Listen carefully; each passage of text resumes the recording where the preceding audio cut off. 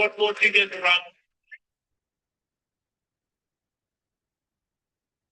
Hello, Mr. Walala? No, it's still exactly the same.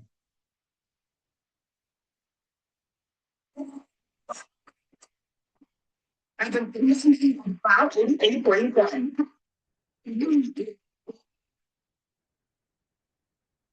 After 7 o'clock, and I'm moving straight to Business Lab on the Business Lab. We do have Lisa Hitampiana joining us this evening. Thank you so much for joining us, Lisa Hitam.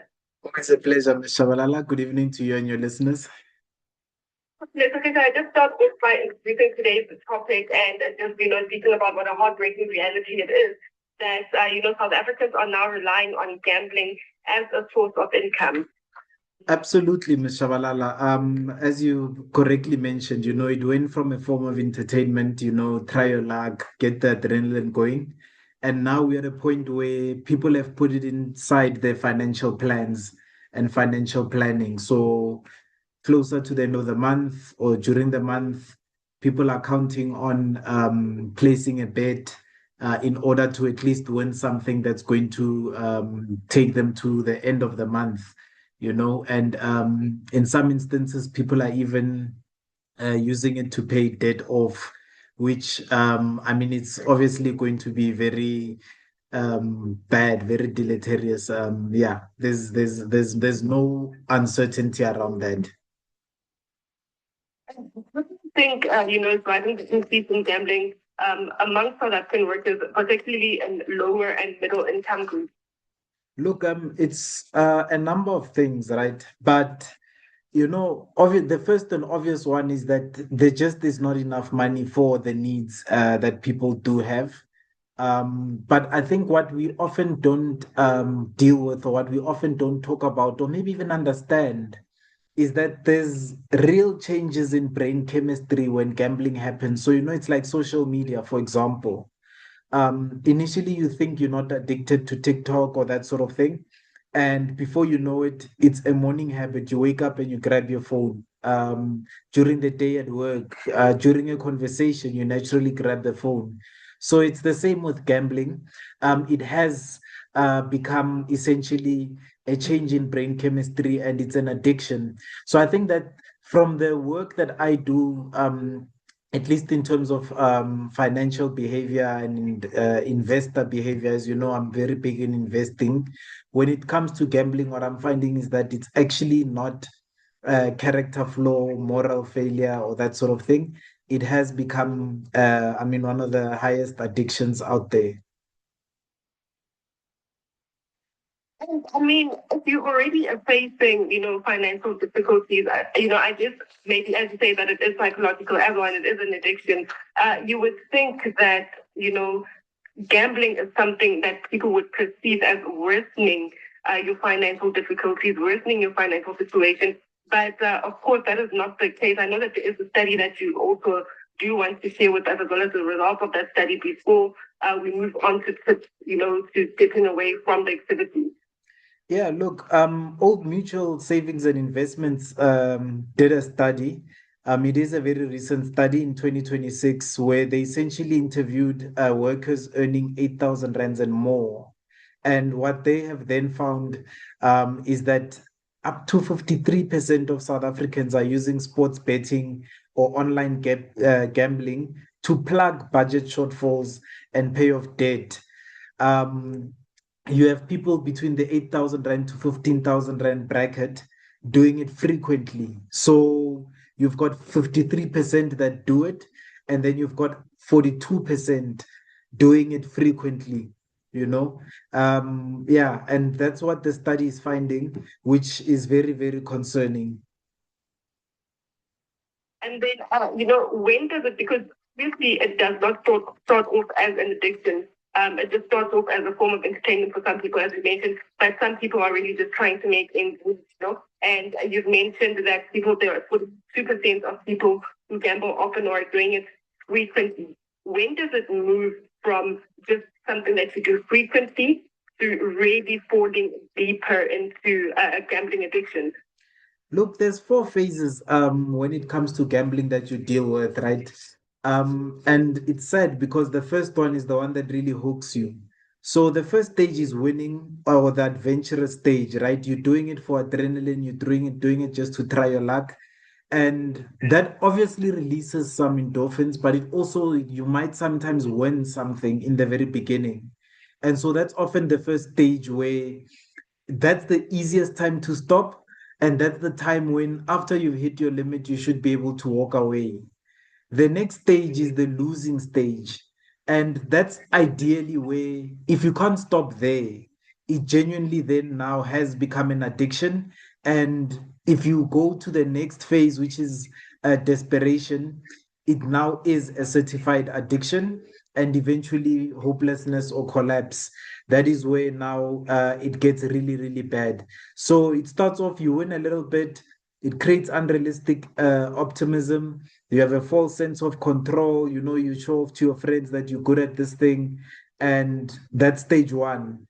The losing stage is where you're chasing. So if you find yourself, you plan to bet 50 rands or 100 rands, and now you are trying to win it back, you know that you are already now on stage two, which is losing. Desperation stage is next, and that is where now you are in certified addicted territory. And why it's difficult to identify is because you keep on holding on to that initial hit that you got in the beginning. And so what you will see in this stage is that, you start missing payments, you start lying to your friends, you start feeling guilty, you start blaming the platform, you understate some of your losses, or you don't even talk about them at all. You talk about the winning side of things. And this is also where some alcohol and drug abuse starts to come in. So you find that you used to just gamble and try it out. Now you gamble while drinking, or you gamble while participating in another drug or associated activity. And that is when you will know that the obsession has fully set in.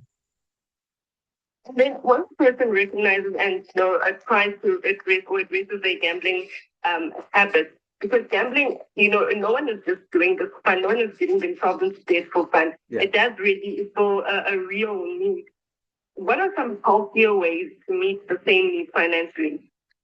Look, especially, the first thing that you have to acknowledge that you are dealing with a problem. And I will emphasize again, it's not a moral failure or a weakness in character.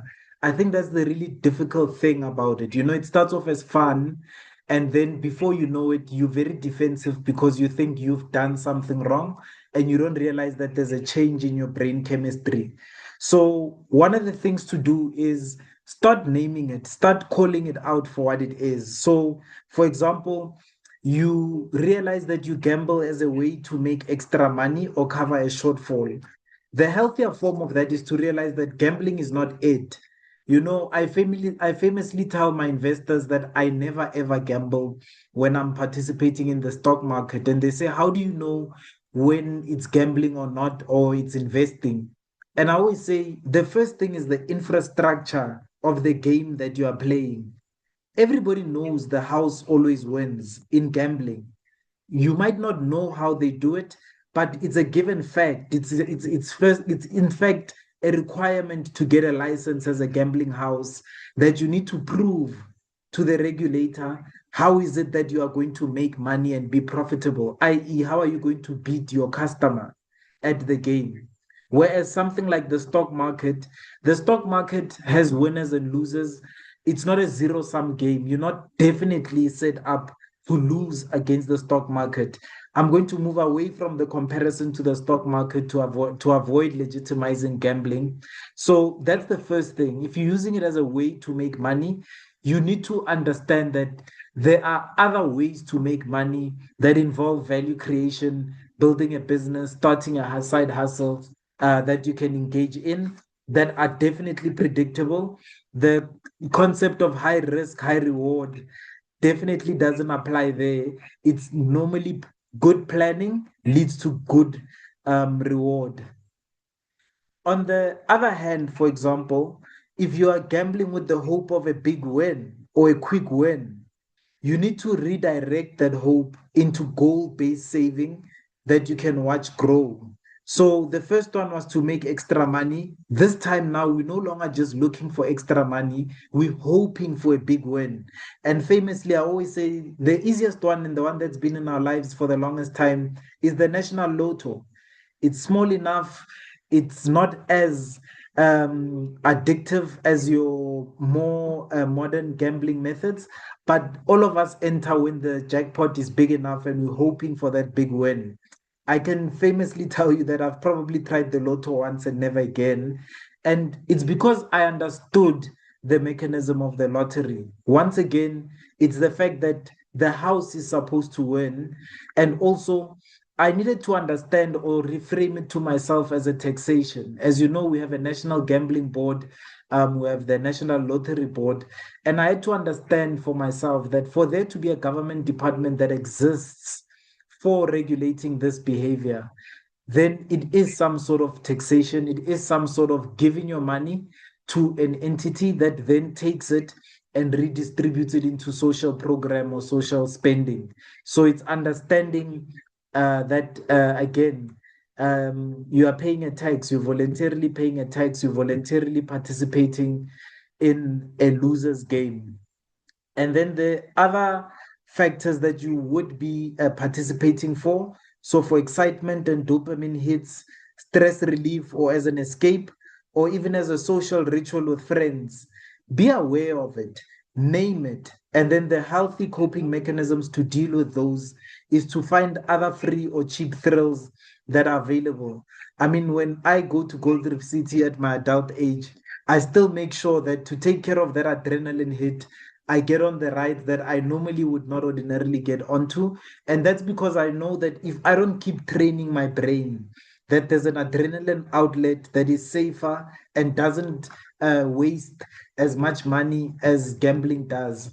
I then know that I'm indirectly dealing with that natural brain stimulation that comes with looking for a thrill from a game that requires money to keep playing over and over.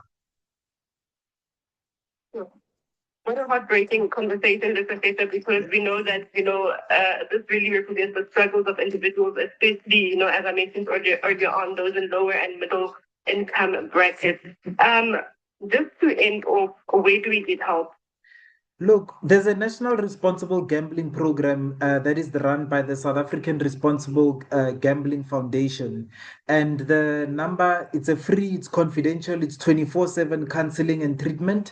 It's confidential and they can help you through it. In fact, as far as the hopeless stage, the last stage, the stage where you're selling your house, you're giving away things, you're talking to family members as if life would be better if those statements, life would be better if you phone 0800 006 008 now, not tomorrow, not after generations, right now. And then you just have a conversation with them. They've got a number of programs that are available for people that may suspect that they've crossed, level one or phase one, the winning phase, and you feel like you're losing control of it, but there's a temptation to deal with it as if it's a flaw on your part.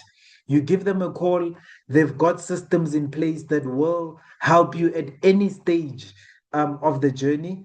I know I famously advocated that your bank should be able to stop you from engaging in gambling behavior.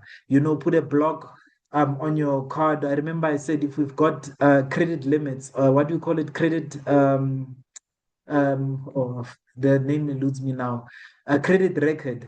You also should use that in qualifying for gambling. I was very pleasantly surprised to find that the South African Responsible Gambling Foundation has got programs like that and voluntary exclusion type programs. So they would put your name on a register. It's not going to disadvantage you. So it's not like blacklisting or anything like that, but it's essentially a register that allows everybody that is got licenses to provide financial products to not offer gambling type products or risk type products to you. I think I will even do it for myself because I get an unwarranted number of calls for things that I can just hear that, listen, you're asking me to participate in something I'm completely not interested in. So you give that number a call, you have a conversation with them. It's free counseling, it's free consultation. It's unlike some of us in the industry that will charge you for investment advice, for gambling assistance. It's absolutely free. It's 24/7. They are there waiting for you. It's part of what you pay for when you engage in a gambling activity. The National Gambling Board requires that they have that counseling support and that rehabilitation services available to people that do get sucked into the activity.